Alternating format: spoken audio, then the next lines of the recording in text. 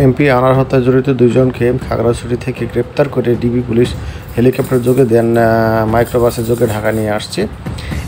এটা ছিল শ্বাসরুদ্ধ করা একটা অপারেশন। এতে করে ডিবি প্রধান হারুনুর রশিদ সহ এবং অন্যান্য ব্যক্তিবর্গ এই অপারেশনে অংশগ্রহণ করেছিল। এই অপারেশন সারা দিনব্যাপী তারা অপারেশন করে এই দুজনকে গ্রেপ্তার করে এবং এখন ঢাকায় নিয়ে আসা হয়েছে। দুজনকে গ্রেপ্তার করা হয়েছে, তাদের একজন হচ্ছে ফয়সাল আর একজন হচ্ছে মুস্তাফিজুর রহমান। এই মুস্তাফিজুর রহমান এবং ফয়সাল এই সীতাকুণ্ডে দীর্ঘদিন যাবৎ ট্রাকের ব্যবসা করে আসছে, ট্রাক চালাইছে।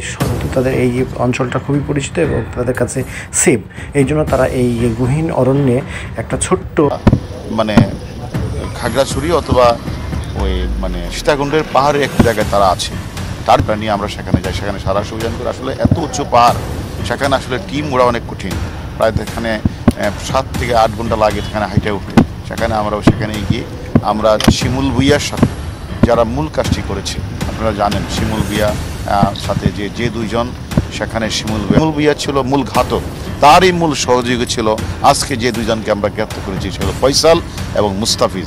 এবং এই দুইজন আজকে আমাদের কাছে গ্রেপ্তার হওয়ার সাথে সাথেই তারা সকল কিছু তারা আমাদের কাছে স্বীকার করেছে।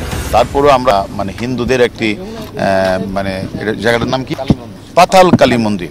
আমরা সেখানে যে মানে ওইখানে যে পাহাড়টার নিচেই, অর্থাৎ ওই যে সীতাকুণ্ডের পাহাড়ের নিচে একটা পাতাল কালী মন্দির আছে।